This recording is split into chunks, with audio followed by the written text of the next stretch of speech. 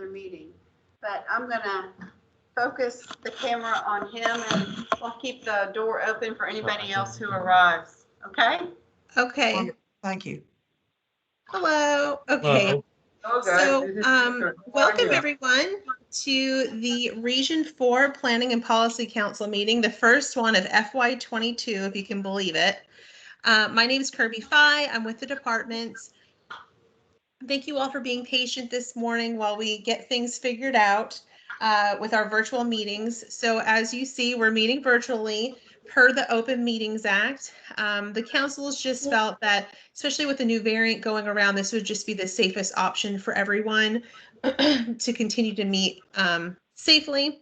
So with that being said, this meeting is being recorded and it will be posted to the department website within the next day or two. Please make sure your phone or computer is muted if you're not presenting or speaking, just to prevent any feedback from coming through. And please also state your name before asking any questions or comments. It's helpful when capturing the minutes. I'm going to go ahead and go through attendance, and then I'll hand it over to you, Angie. The individual that's in the conference room at TDMHSAS, can you state your name for us? Yeah, my name is Hector Carrasco. Can you actually hear me? Yes, we can. Okay, wonderful. I work with Tennessee Department of Health. Nice to meet you all. Nice to meet you too. Welcome. And there's our lovely conference room that we haven't seen in so long that I know we all miss. All right, let me go ahead and go through the attendance. Like I said, my name's Kirby Fye with the department. We have Jack Blum on the phone. We have Patience Need on the phone. We have Avis Easley with the department. Hold on, my contact list is disappearing. We have, and tell me, I'm sorry if I butcher anybody's last name, Bridget Del Baccio. Don, is it Loiacano? It's Liacano. Liacano, I'm totally off. Liacano, thank you. You're welcome.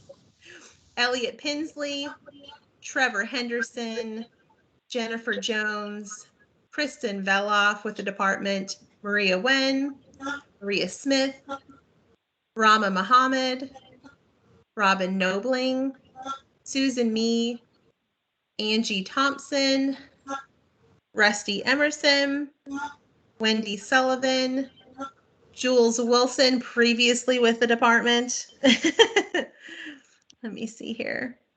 And Zach Blair, who's with the department. Have I missed anyone? All right, Angie, I'm going to hand it over to you. Okay, thank you so much. And welcome everyone to today. I know there's several new members with us today, and then there are also several people that have not completed membership forms, but we would love to have you do that. So after the meeting, Rusty can send those out. And if you would like to become a member of the council, if you could complete that and send it in, that would be really helpful for us. And then we'll get back with you in terms of when you're officially become a member of the council. So, but first of all, I would like to say that Shara Biggs cannot be with us today. She had something come up, so I'm standing in as vice chair in her place. And I think the first order of business is really to acknowledge Robin Nobling and all of her work over the past several years as chair of this group. She's done a really excellent job of keeping us on task, really being forward thinking and moving the group forward. So if everybody can just join me with a, an acknowledgement to Robin of her work, and thank you so much, Robin. Thank you, Angie. Certainly. Okay, so the old business, first thing is minutes. The minutes were sent out a little while ago. This is the May 5th minutes. People have we'll take a minute to look at those, and then happy to entertain a motion to accept. Angie, I move this, Robin. I move to accept the minutes. Okay, thank you, Robin. And second? This is Jennifer Jones. I move to second the minutes. Thank you so much. Very good. Anybody see any changes that are needed? I am just seeing these for the first time. I didn't get a chance to look at the email. There are some corrections needed. Okay, go but ahead. I'm just doing this live real time, so hopefully it's not much. But under the committee reports, under legislative committee, It says Bill Dobbs. That should be Dobbins, Dobbins. And for consistency, we may want to add Salter after Mary Linden, just if we're using Bill's last name. I'm gonna look very quickly here to see if there's anything else. Any other input from others?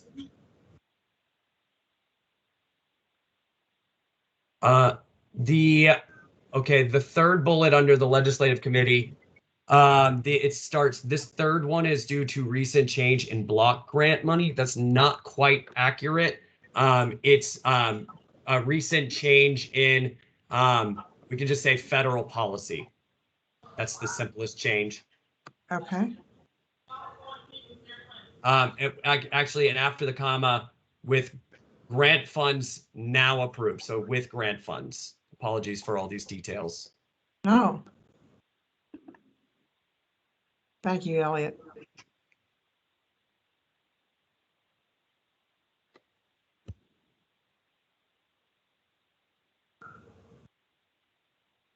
Any others? Anybody seeing?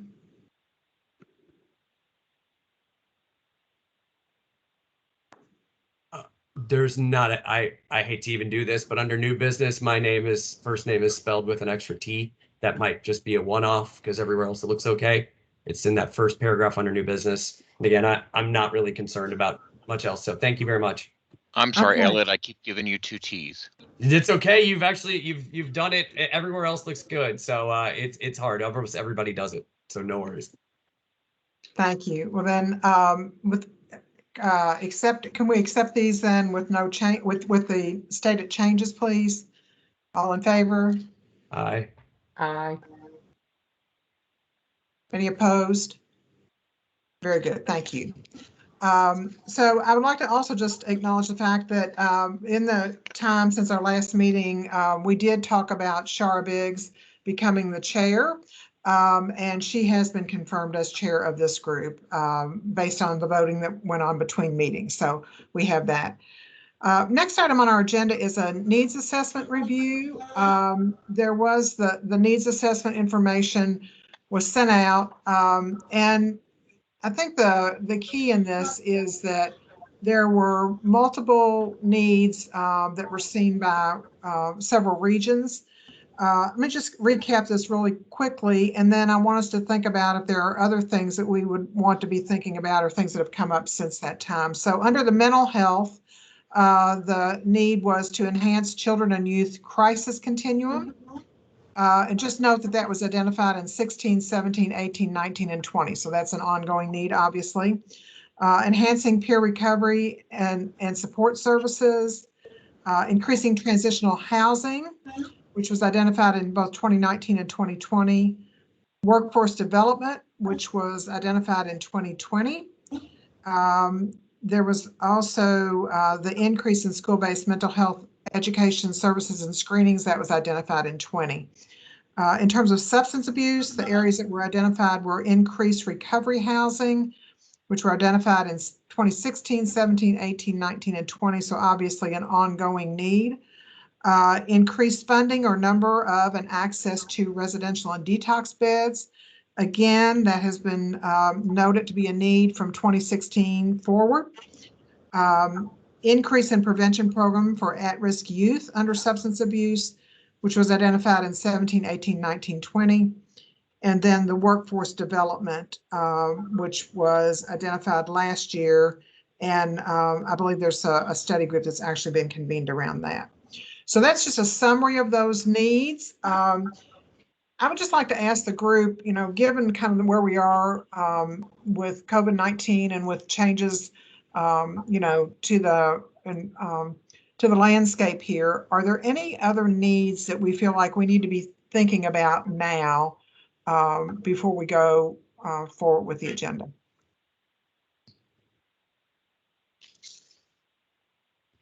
Angie, this is Robin. I'm sorry. I just want to make sure that we know that telehealth has been successful in a lot of ways, and it's not the be all and the end all, but it has been useful, and with the increased number of people needing mental health, it's been a way to reach out and help with capacity, as well as reaching individuals, especially what we're finding at NAMI Davidson, people who are uncomfortable coming in person sometimes. So, you know, some things have been put forth to allow mental telehealth to happen, and I'd like to make sure that, you know, that's in place to continue. Thank you, Robin. I was going to mention, Angie, there's a hand up, but I don't know if that's been addressed, I think from Dawn. A handout. There's a hand up raised in the meeting. Oh, I'm so sorry. Don, yes, go ahead. That was mistakenly. I'm sorry about that. Okay, sorry. I saw it for a while, so I was. I apologize, Elliot. No, Thanks, I don't. Elliot. Sure, and I was checking something, Angie, while you're reading through that update, but I do think we do have an issue with access to buprenorphine and other medication-assisted treatment medications. I think, you know, the Mental Health Cooperative and other organizations have done a good job of working with the department and Metro Health Department and others to increase access. There are some concerns about pharmacy access and refusals at the pharmacy level, and I think that's something that our group should just keep top of mind, considering the regulations for prescribing of buprenorphine are being relaxed, and it's being hailed as more widely as a best practice, but people are getting turned away at pharmacies like Kroger and CVS, and they go back to their street dealers, and you know where it goes from there. Thanks, Elliot. That's great. Thank you. Thoughts from others?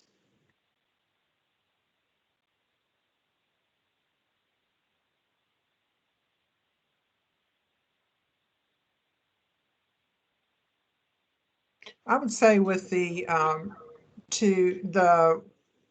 with children going back to school, I'm not sure what the issues are going to be around that. And of course, with the change in the variant right now, we don't know that. So I think that's something we need to keep an eye on, is our children's mental health from that perspective. And also just the stresses on families in general with COVID-19 and what we need to be doing to support, you know, all families, and then especially families that have children with special needs.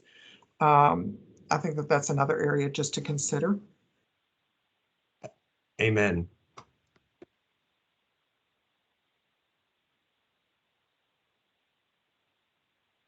Other thoughts at this point?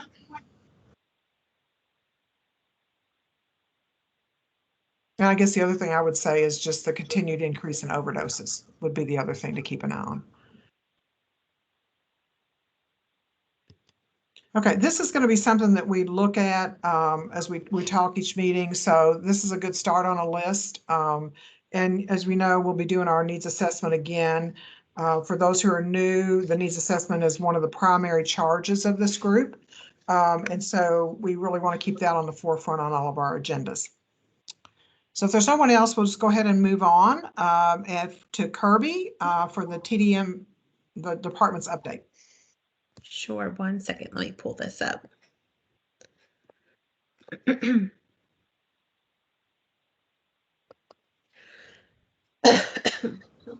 Okay, can you all hear me? Yes. All right, so just a few updates since we last met.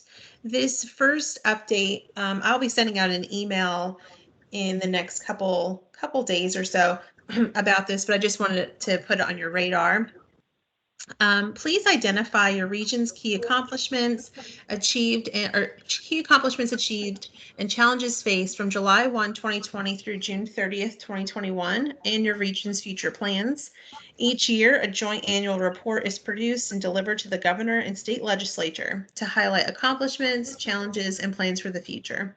The joint annual report is a collaborative effort between our department, the regional councils, and the statewide councils. If you can submit this information to me by close of business September 17th, that would be great. Year 3, FY22 of the 3-year plan is in progress. Regional councils will have an opportunity to review within the coming weeks. Development of the FY22 mental health block grant is also underway. Statewide and regional councils will have an opportunity to review this as well. The 2021 legislative summary is complete and it has been posted to the department website. I've included a link to where it can be found on the department website in this update.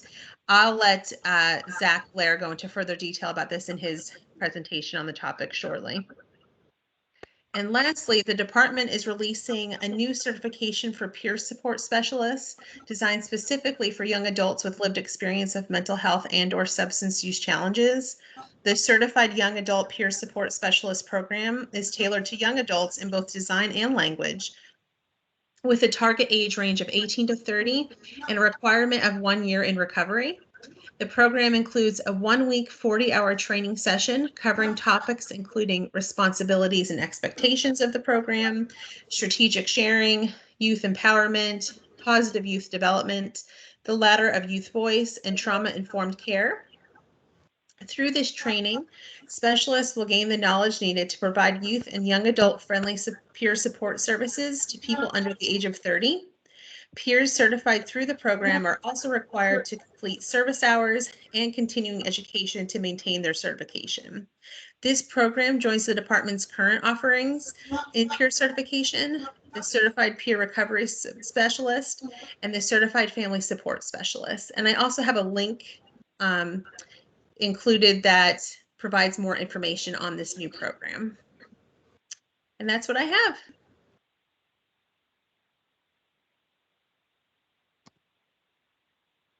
I was on mute. Any questions or comments for Kirby?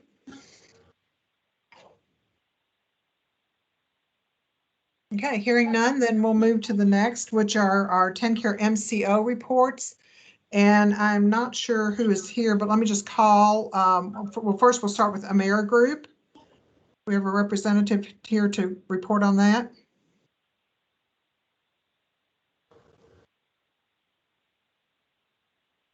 Okay. United Healthcare.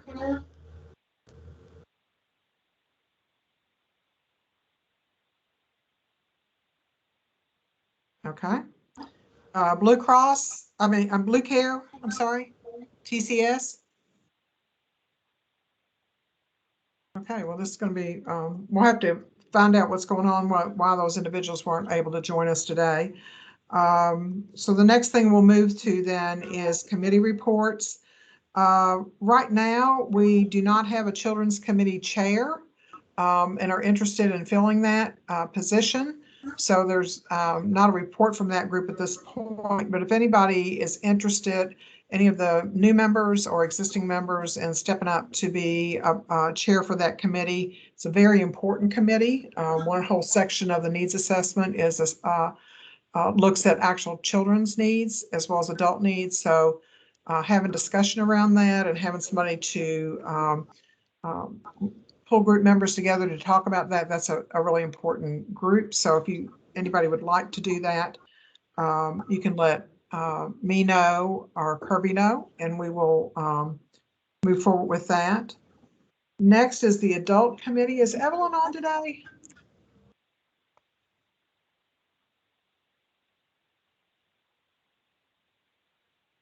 I didn't see her come on, no. Okay, so we'll pass on that and see if we can get a written report from her to include with the minutes. And then Elliot, would you like to bring us up to date on the legislative committee? Sure, certainly. And I see that Zach is on the agenda here. And so before I go, since we haven't had a chance to talk, Zach, I guess Kirby or Zach, will that part be covering kind of the status of other regions' legislative proposals, or should I go over all of that stuff? You can go over that stuff. He's just, Zach's just going to be going over the legislative summary. Okay, I got you. That makes sense. Thank you so much. I wasn't sure. So, okay, great. So I want to give everybody an update on the legislative proposals that were submitted both by Region 4 and by other regions to the Department of Mental Health this year as part of the legislative proposal process. These were due in mid-May, and Region 4 submitted 3 proposals. One of them is called the Fentanyl Overdose Prevention Act, and this proposal was designed to decriminalize fentanyl test strips, which are, we discussed very briefly in our last meeting. The federal government sent out a memo basically saying that you can use federal grant money to purchase these test strips for use in harm reduction. They test illegal drugs and substances for whether there's a presence of fentanyl or an analog. They're about $1 each, relatively easy to purchase. But under state law here, they are illegal. It is a misdemeanor to possess. It's under the drug paraphernalia law, or a felony to distribute, other than in very, very rare circumstances. So we worked with North Carolina and investigated and figured this out, and copied some model legislation, and want to essentially carve out the use of these kind of testing strips and similar equipment to be able to allow people to make better decisions before they use drugs. So we submitted this, and this is the first proposal that, to my knowledge, has ever made it fully through the process to the governor's office. So the commission, the statewide executive and legislative committees all supported this proposal, sent it to the commissioner, and she has sent that on to the Governor Lee's office, where it's currently being reviewed for consideration in the governor's 2022 legislative agenda. So that's really exciting news, and I think we as a region should be really, really proud and happy that we were able to see something that is moved. And we are waiting to hear now of what the next steps are going to be. And I know the department has said they will let us in Region 4 know when and how we can help with this. So that's exciting. Any questions about that before I move on? Hearing none, move on to the other proposals that we submitted. One was called Addressing Stigma Through Changing the Department Name. This is one we submitted last year, and so we resubmitted it again at the suggestion of the department. This was essentially changing the name of the Department of Mental Health and Substance Abuse Services to substance use services, because of all of the literature and evidence showing that the terms that involve substance abuse, with that word abuse being targeted, can actually lead to a reduction in outcomes and experiences and people to seek treatment, as interesting as that may be. So we presented our case, and that one was approved by the statewide council to move on to the commissioner. My understanding is that the commissioner has suggested that it is not the right time to do that yet, but that we should consider resubmission for next year. So we will continue on that one and hopefully work with the department on that as we move forward into the coming year. The final one we submitted was ultimately called the Tennessee Behavioral Health Workforce Preparedness Act.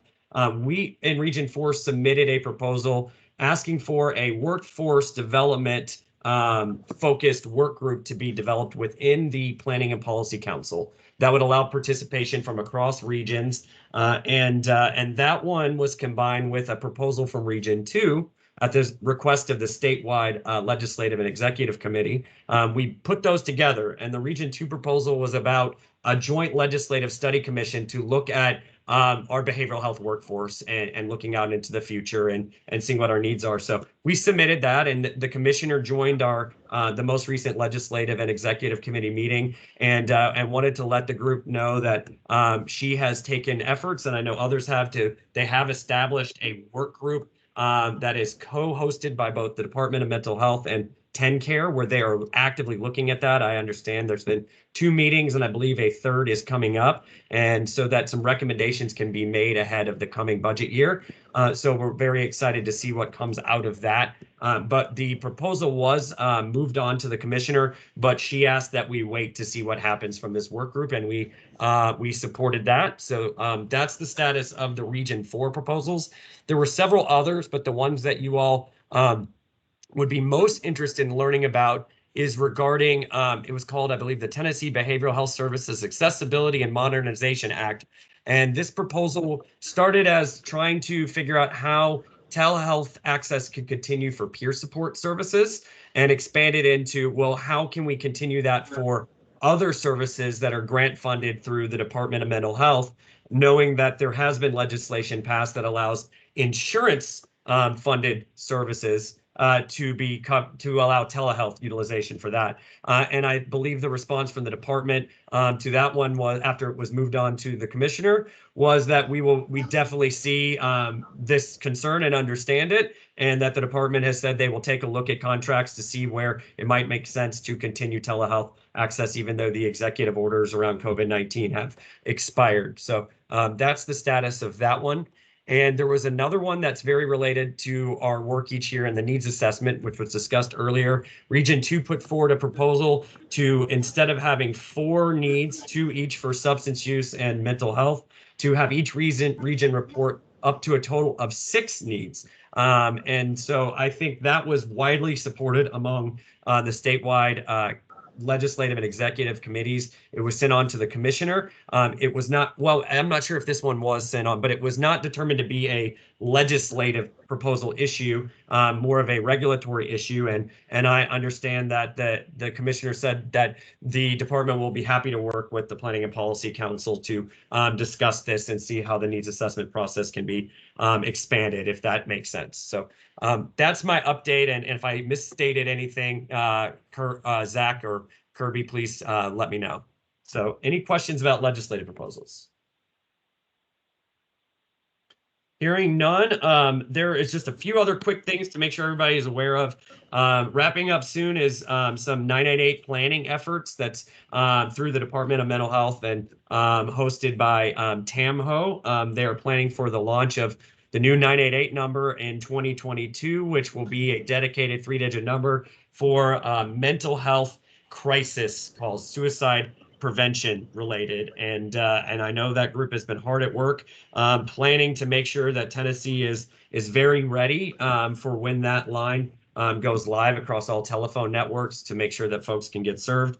The Tennessee Diversion Coalition has been meeting quarterly to look at across the state to look at different needs regarding substance use, mental health, pre-arrest diversion, and deflection. So that's everything from co-response models to community response models like the CAHOOTS program, to substance use specific diversion, to looking at emergency departments, to mental health transportation, and so on. So if anybody's interested in participating in those statewide meetings or any of the committees that we have, I welcome you to reach out to me, and I will put my contact information in the chat when I finish here. But I did want to let folks know that there is a lot of progress in Region 4 regarding policy changes and funding for pre-arrest diversion and deflection. So we're very excited that the Metro Health Department, the Metro Mayor's Office, the Metro Nashville Police Department, and the Mental Health Cooperative and other partners are actively working in the Partners in Care program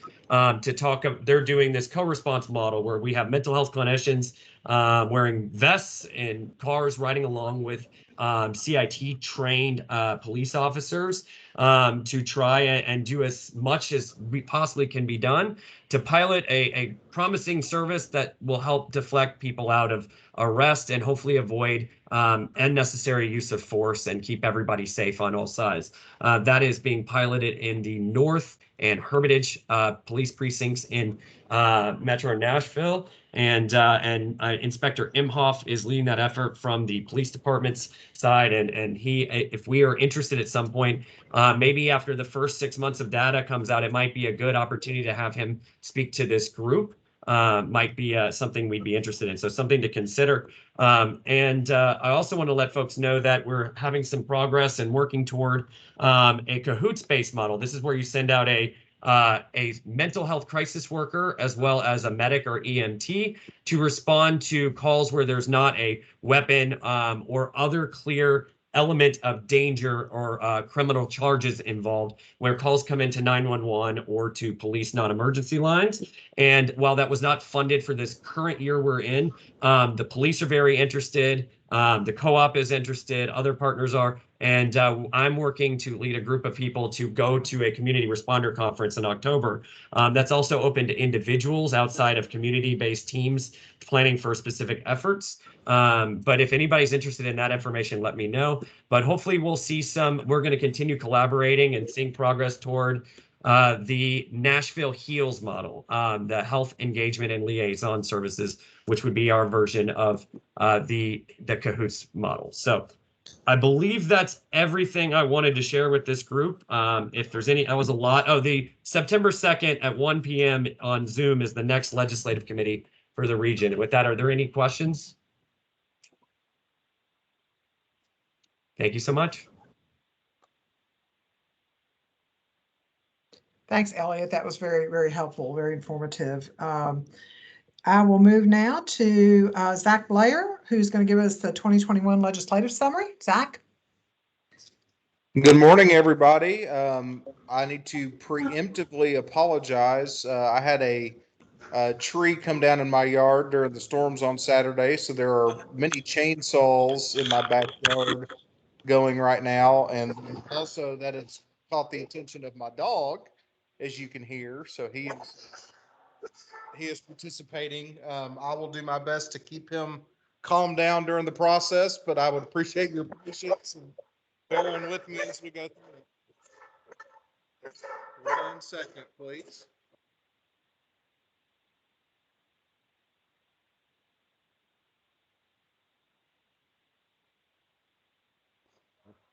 First thing I'd like to do is introduce Kristen Veloff.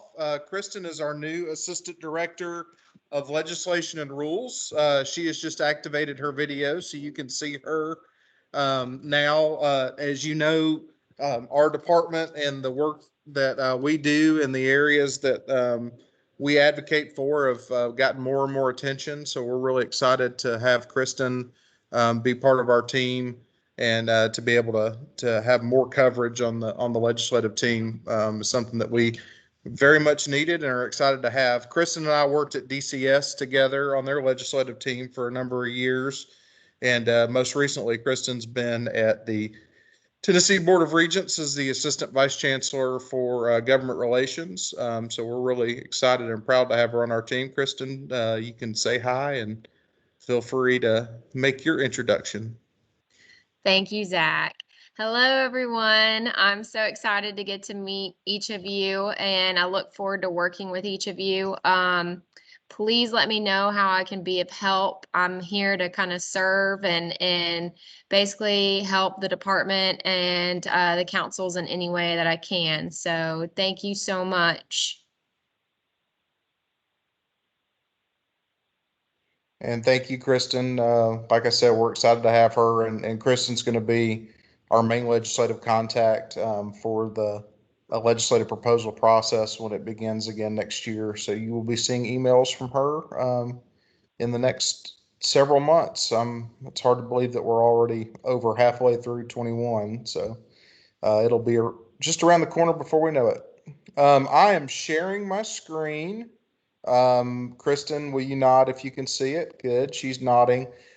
This legislative summary for this year has been posted to our website, as Kirby said during the department update, and the link is available. Obviously, we won't spend time going through every bill, but there are some highlights here that I think this group would be interested in. And again, feel free if there are other bills on here that you'd like to discuss. Outside of the ones I've highlighted, feel free to let me know, or if you have questions about the ones that I've highlighted, let me know. But the first one on here, anyone that's worked in the criminal justice population and those programs, I'm sure knows Ellen Abbott and got to work with her. Unfortunately, we experienced a great loss at the department when we lost her at the beginning of this year, and the legislature has honored her with a joint resolution, House Joint Resolution 175. So those who knew Ellen or that worked with her, or even if you didn't and wanted to learn more about her, that joint resolution is something that we would encourage you to review, and thought it would be fitting to have that at the top of our summary for this year. Moving down, Senate Bill 753, House Bill 81. This is an administration bill that our department proposed. And the two things that I think this group would be interested in is, one, it codified the membership structure for the regional planning and policy councils. There was some confusion on whether the statewide requirements went down to the regional councils, because the regional councils aren't actually enumerated in state law.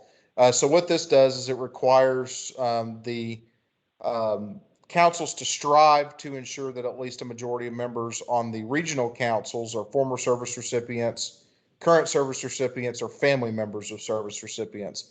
Doesn't have the same strict requirement as the statewide council, but wanted to maintain the spirit and the intent of that structure for the regional councils as well.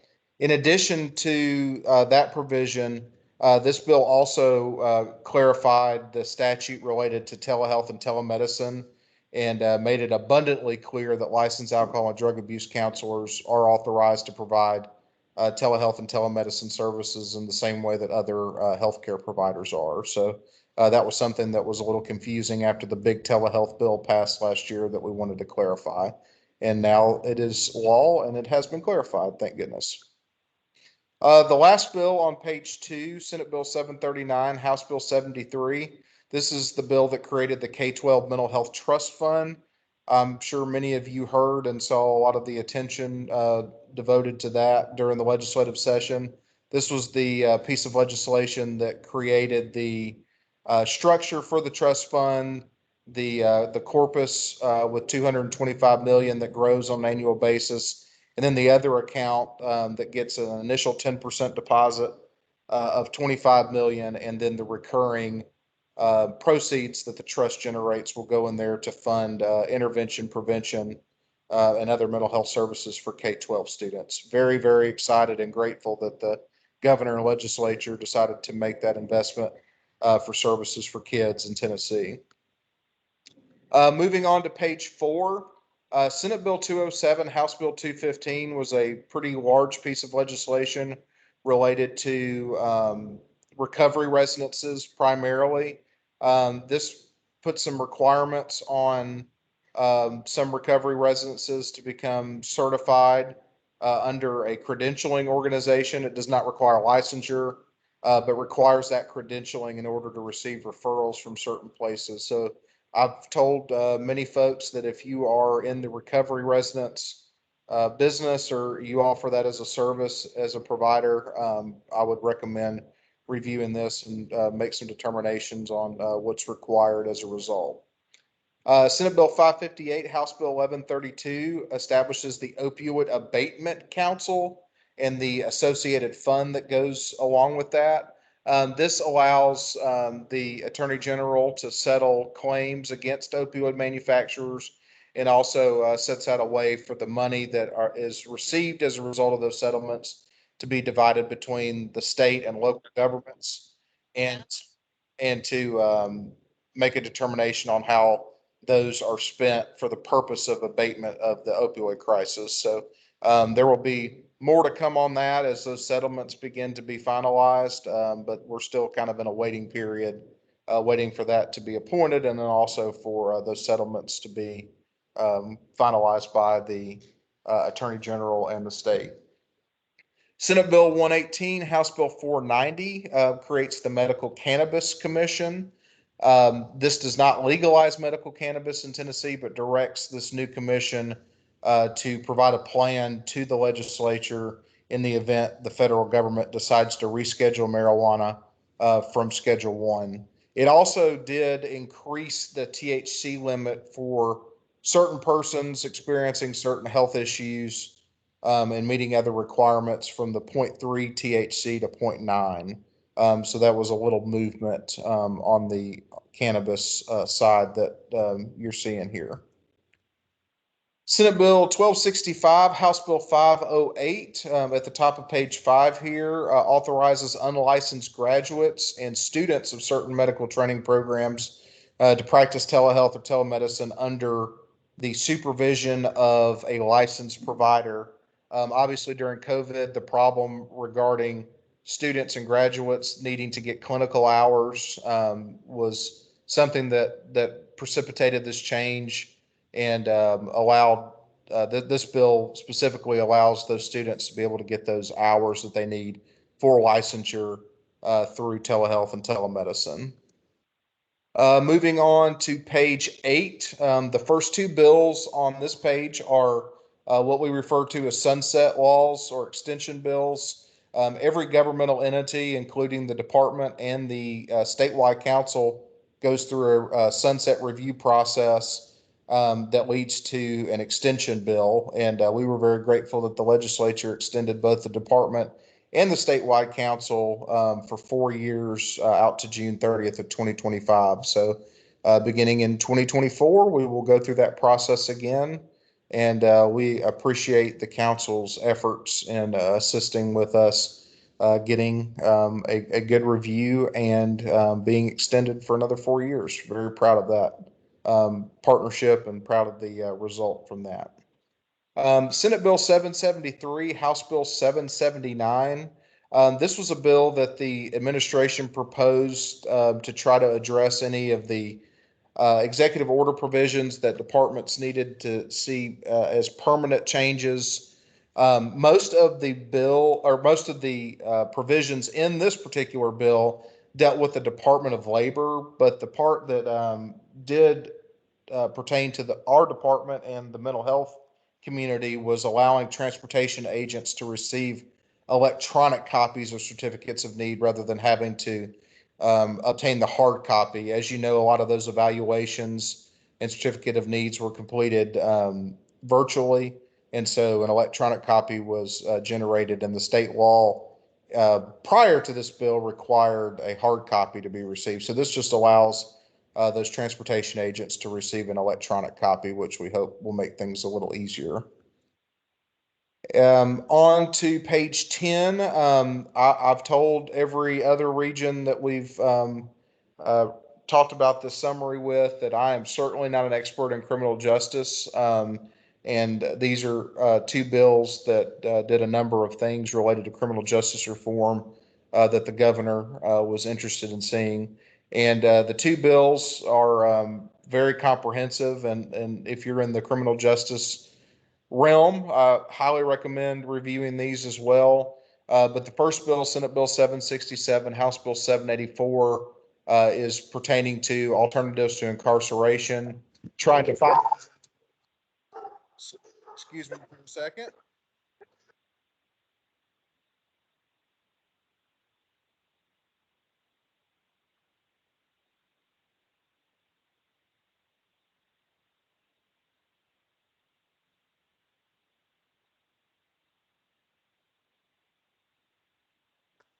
Sorry about that, folks. So again, the first bill relates to the community-based alternatives to incarceration. And then the final bill talks about reentry and were big initiatives. Those are all the bills that I have on my list to highlight. I'm happy to open the floor to questions. Again, hope you'll go and take a look at this on our website. You'll be able to click to the bills and to the public chapters. Thank y'all for your time this morning. I really appreciate it. Thank you, Zach. Is it okay to mention a few other bills that didn't make that report? Sure. Okay, great. The one of them is very excited that this one has passed. It passed unanimously in both chambers. It's if I'm looking at the right one, I pulled this up very quickly. Senate Bill 151. It was essentially a mental health parity cleanup bill. I and Mary Linden, Bill Dobbins, and a small group of others worked hard on this and really wanted to. This is related to the Department of Commerce and Insurance primarily, and what this does is it gives them more teeth to help enforce the Federal Parity Act, which requires that most insurance companies are covered under this, not all, but if such insurance companies offer behavioral health benefits, they must be administered in comparable fashion to that of their physical health or medical benefits, so that there's no unfair hoops or other things to jump through or any barriers to care or limits. So we had a bill from a couple years ago that started this, but it was not super clear that the intention was to have an annual report. So the interpretation was a one-year report. This new bill now mandates an annual report that's submitted to the legislature that will discuss the Department of Commerce and Insurance efforts in enforcing parity and in looking at the different reviews they do with insurance companies in Tennessee.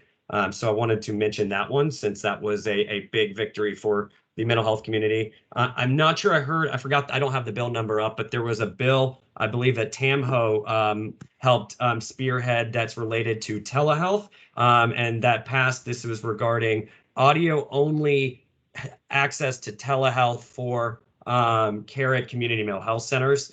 So that was something that passed and is included along with the bill that's scheduled to sunset spring of 22, where telehealth services are more widely allowed across insurance reimbursement. So that one was important. And I can't remember if I shared, there's one bill that did not pass, but I think it's relevant. I happen to be quite involved in this one, but it was House Bill 502 that was focused on assisted outpatient treatment. So working toward more involuntary treatment that, in my opinion, was not necessary. And this was voted, it failed in Health Committee, which means that this cannot be brought back up in next year either. So I think that was a good victory for a lot of mental health advocates working on that, and wanted to let the group know. So thank you for the time. Thank you, Elliot. Does anyone have any questions for Zach on his report or for Elliot with what he's shared?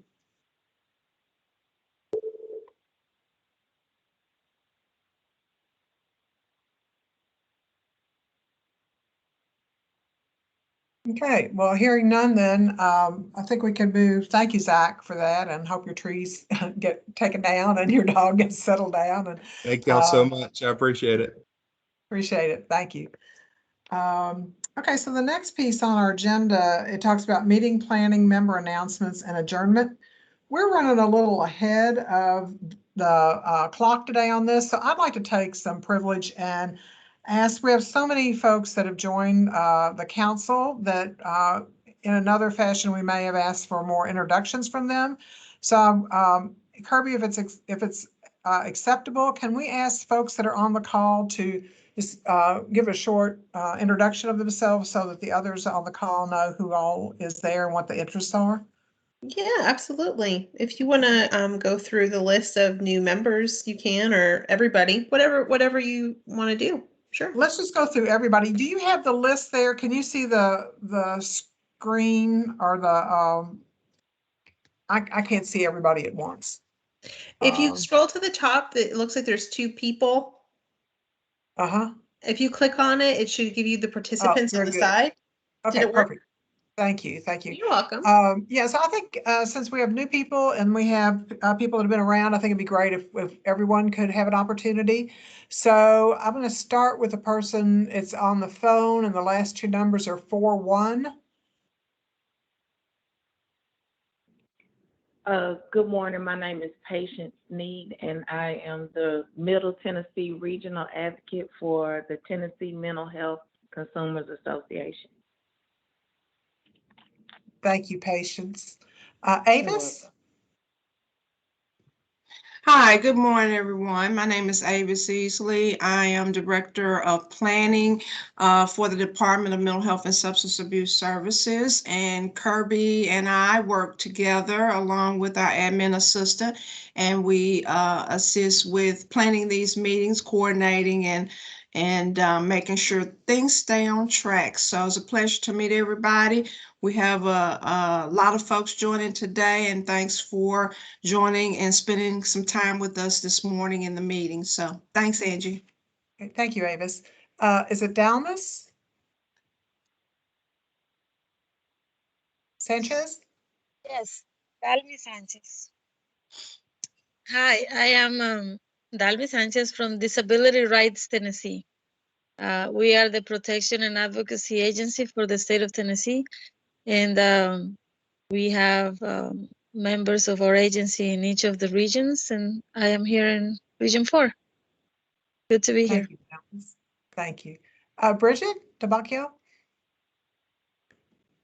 Hey everyone, I'm Bridget Del Baccio. I am a coordinator at the Metro Health Department in Nashville for the overdose response and reduction program. So really happy to be here. And I also do have a background in needs assessments, and I know that came up quite a few times. So I would be happy to help in the future with the needs assessment in any way. Thanks.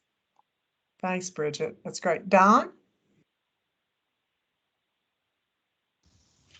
Hi, I'm Don Liacono. I'm the program coordinator at NAMI Davidson County. Thank you, Don. Welcome. Elliot? Hi, everybody. I'm Elliot Pinsley. I am the legislative chair for the Region 4 Planning and Policy Council, and I served as chair of this group before Robin Nobling as well. And so I'm very pleased to continue working with everybody, and just thankful to Robin and Angie and everybody for all their continued leadership. I am the CEO of an organization that's a nonprofit called the Behavioral Health Foundation. We are relatively new. We're a policy center based here in Nashville that's focused on advancing mental health, addiction care, and related criminal justice reform. So doing all sorts of different research, collaboration, and whatever else we can do to communicate about factual information to help decision makers plan for better and for more access to mental health and addiction care, and to pilot and try things that are being shown to be successful. So looking forward to working with everybody, and thank you all for being here. Thank you, Elliot. Hector? Hello, everybody. Hector Carrasco. I work at the Opioid Response Coordination Office in the Tennessee Department of Health, and I manage the High Impact Areas Program, which is a comprehensive initiative using a CDC grant. We have around like 26 projects, and we're working very closely with Trevor and Angie, who was the person who invited me to this meeting. So really happy to hear about all your developments in terms of legislative action that you're doing. So I'm very impressed with this group, and happy to be here. Thank you, Hector. Trevor?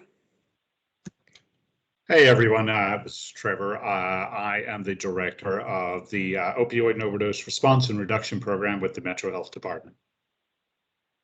Thanks, Trevor. Jennifer Jones. Hello, everybody. My name is Jennifer Jones. I work for TDMHSAS, and I am a certified peer recovery specialist trainer. I'm a train the trainer for the state, and glad to be here. Thanks, Jennifer. Kirby? Hello, I'm Kirby Fye. I work with the department alongside Avis and our administrative assistant, Amy, who sometimes you'll see on these meetings. If you're become a member of this regional council, you'll see me at every single meeting. That is a huge part of my job within the Division of Research, Planning, Policy, and Legislation, is to work with all 7 of the regional councils throughout the state, as well as the big statewide Planning and Policy Council and the statewide committees. Thanks, Kirby. Maria? Hi, my name is Maria Smith, and I set up trainings across the state for TDMHSAS. And it's great seeing some familiar faces that I haven't seen in a while. So hopefully we'll get to see some of you guys face to face one day. Take care. Thank you, Maria. Maria, is it Yin? I'm sorry. I feel like it's Wen. Hi, everyone. My name is Maria Wen. I am an MSW student with professional background in child and family behavioral health services. This is my first experience participating in a meeting regarding legislator-run mental health. So I'm very appreciative, extend my thanks to Robin Nobling's invitation. Thank you, Maria. Rama? Hello, everyone. My name is Rama Mohammed. I am a consumer housing specialist with the Tennessee Department of Substance Abuse and Mental Health. I am housed under a nonprofit called PAC Center. I do both housing navigation, advocacy for individuals living with substance abuse and mental illness, and I also do SOAR. Thank you, Rama. Robin? Yes, thank you. I'm the executive director of NAMI of Davidson County, which provides support, education, and advocacy, as well as awareness for mental health from a peer-to-peer basis. I want to further introduce Maria Wen to you. She is our intern who is doing a mental needs assessment developed in the Southeast Asian community. And we are also welcoming Don Liacono. I want to thank Angie, Elliot, Rusty, Avis, and Kirby for their support and all their entrenchment in all that is Region 4. And I also want to thank those people that serve on committees for Region 4 and encourage you to keep doing so and others to join. And anyone that's helped us with the needs assessment, which is so important to this organization. I plan to be active, though not as active as I have been. And encourage you to reach out to us for mental health information referral, peer support groups, and caregiver education. Thank you, Robin. Susan Mee? Hi, folks. My name's Susan Mee. I'm an attorney in private practice. I focus in the area of basically decision making. So I do conservatorships and POAs and instruments like that. But my passion is really specifically in the area of supported decision making and work around hopefully helping folks with requisite capacity to be able to kind of find a way to avoid conservatorships if they're not necessary, and really have their voice at the center of their decision making. I'm going to begin to do some special ed work soon, and I really appreciate the opportunity to serve on this group. I have a strong interest in systemic level work as well, and my background is in state government with DIDD and DCS, and I also was the legal director at DRT. So thank you, Robin, and look forward to continuing to work with you guys. Thank you, Susan. Rusty? Good morning, everybody. I'm Rusty Totten Emerson. I'm the peer support specialist with United Healthcare, and I also serve as the secretary on the council. Thank you, Rusty. Wendy Sullivan?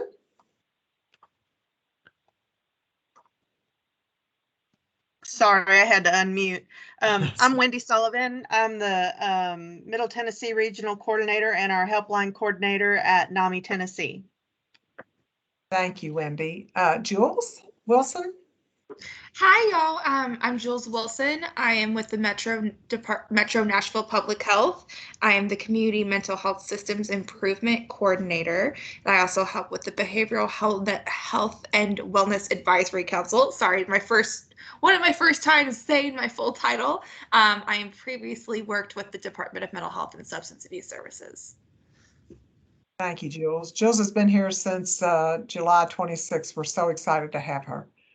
And let's see, now I don't see on there earlier Jack Blum was on. Is Jack still with us? I think he signed off earlier.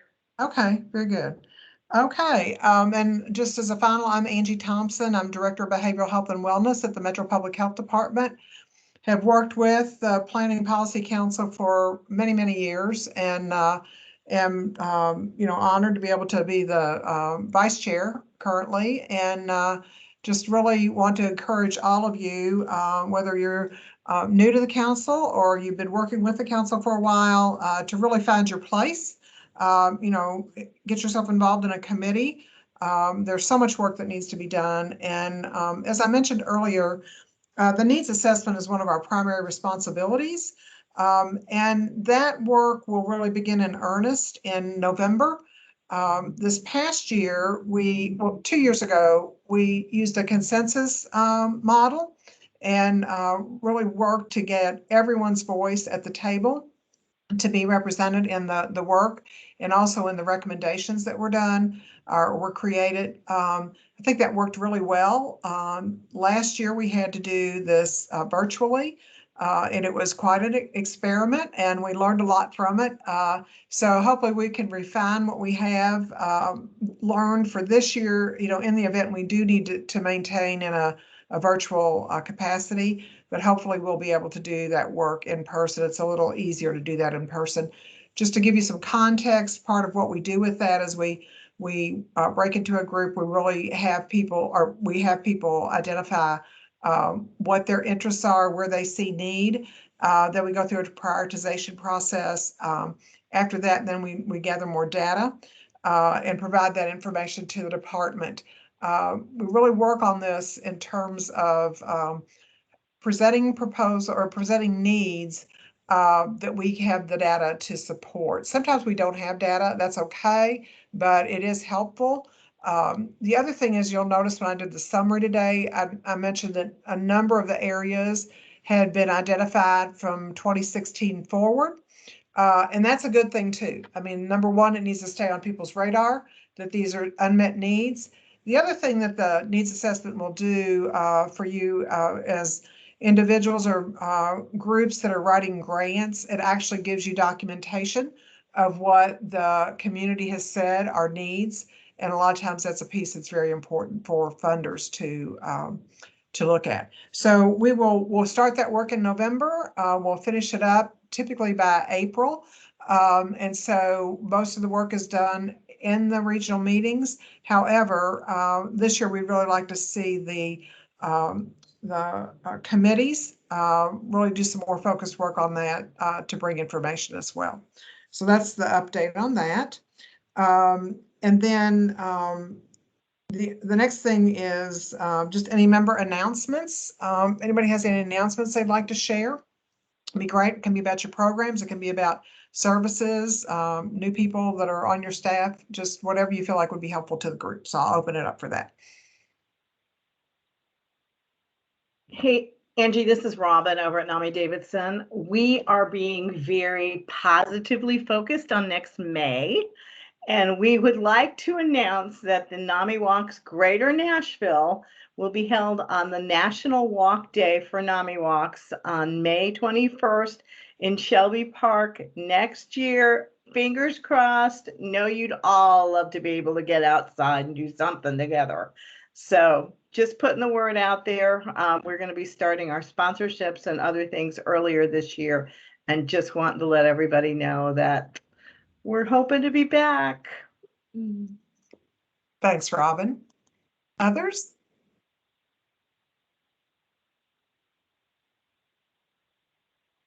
I'd like to just call on Trevor for a second to talk a little bit about August 31st and what that day is about.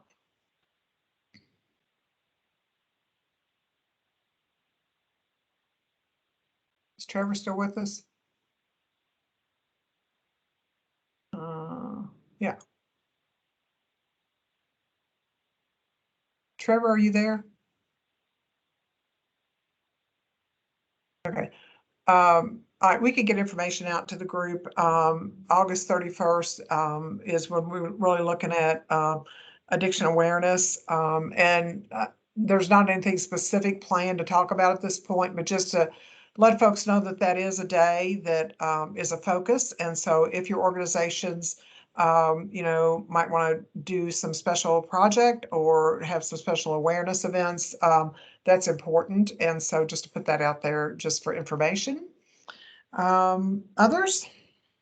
I'll just piggyback on that, Angie. I appreciate you bringing that up, but this council, this regional council, has in the past coordinated press and other community events to raise awareness around certain issues during Mental Health Month in May specifically. I know there used to be Jeff Layden from NAMI Tennessee and some others used to help lead these events where there was a bridge lighting and invited the media for a press conference, and Titans player joined one time, et cetera, et cetera. So if I know that we are still seeking committee leaders for our children's committee, and we are obviously in transition with our leadership. But as we move forward, if there's anybody in the group that happens to really like planning events or want to do something, we certainly can do that as a regional council. So there's opportunity to do that collaboratively here as well. I just thought I'd mention that in case folks are not familiar that this group has done things like that in the past. Thanks, Elliot. That's great. Hello, this is Dalmis Sanchez, and I just wanted to share a new resource. Susan Mee mentioned that she works with decision-making supports and conservatorship and all of that, and I just wanted to mention the new Center for Decision-Making Supports. That is a collaboration between the ARC of Tennessee, the Council on Disabilities and Disability Rights. And it's a very good resource for providers to share with their clients about where they can get information on the different options for decision making. And as Susan mentioned, kind of to understand more what conservatorship is, and also in many times to avoid it, because there are other options. So the website, I put it on the chat. It's tndecisionmaking.org. And it is a website where there is a lot of information, but it also has, you can get in contact with actual people that can give one-on-one assistance to people who want more support. Thank you, Dalmas. This is Susan. I was just second everything Dalmas said, and good on you for remembering to do that. I should have thought of that too, Dalmas. So excellent resource. Yeah, excellent resource. Hi. Thank you, Susan. Go ahead. Angie, it's Maria. Yes. I was going to Yes. say, as soon as I get more information about any events for August 31st, I will forward it in your direction if any of the providers have any updated information to share for the community. Okay? Thank you, Maria. And Angie, so this is Trevor. I had to take a call when you asked me to speak there. Yeah, Tennessee Department of Mental Health and Substance Abuse Services are supposed to be looking at what they're trying to do for coordinating events this year. I haven't heard back from them, but I know maybe this year more than ever before we've had impacted families coming forward asking how they can participate in local events. So yeah, I think as we get announcements of any events, we can let everybody know. Thank you, Trevor.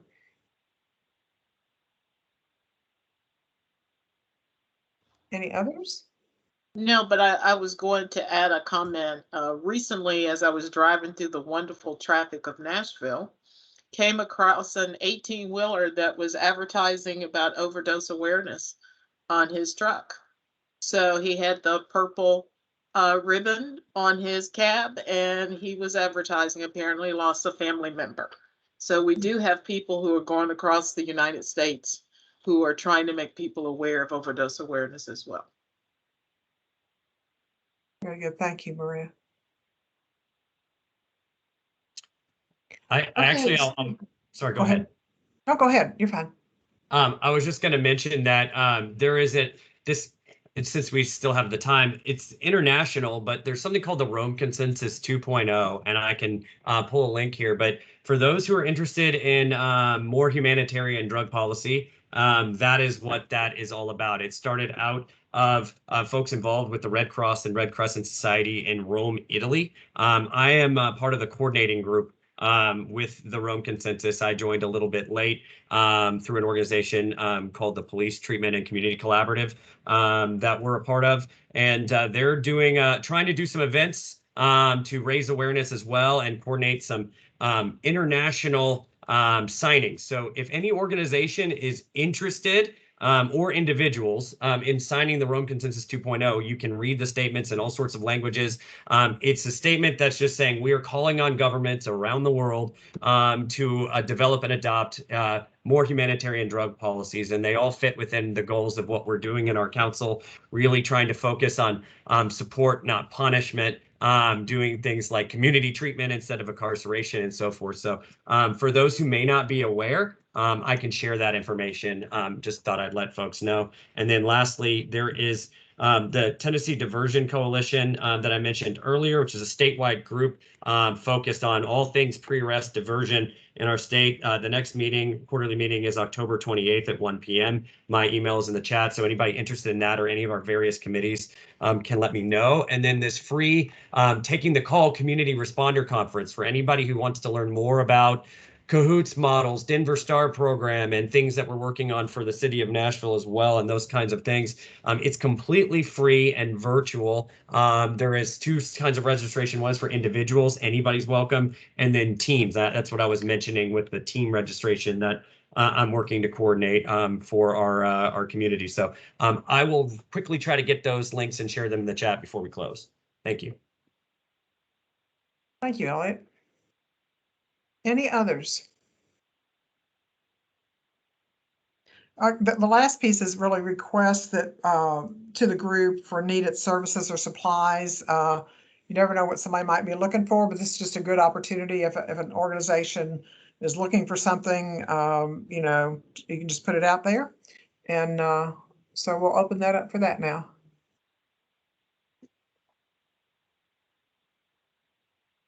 Very good. Okay, well, hearing none. Go ahead. Was there someone else? Yeah, I just want to encourage people who are not signed up already to, nonprofits can sign up with the Community Resources Center. They are tremendous in what they are offering.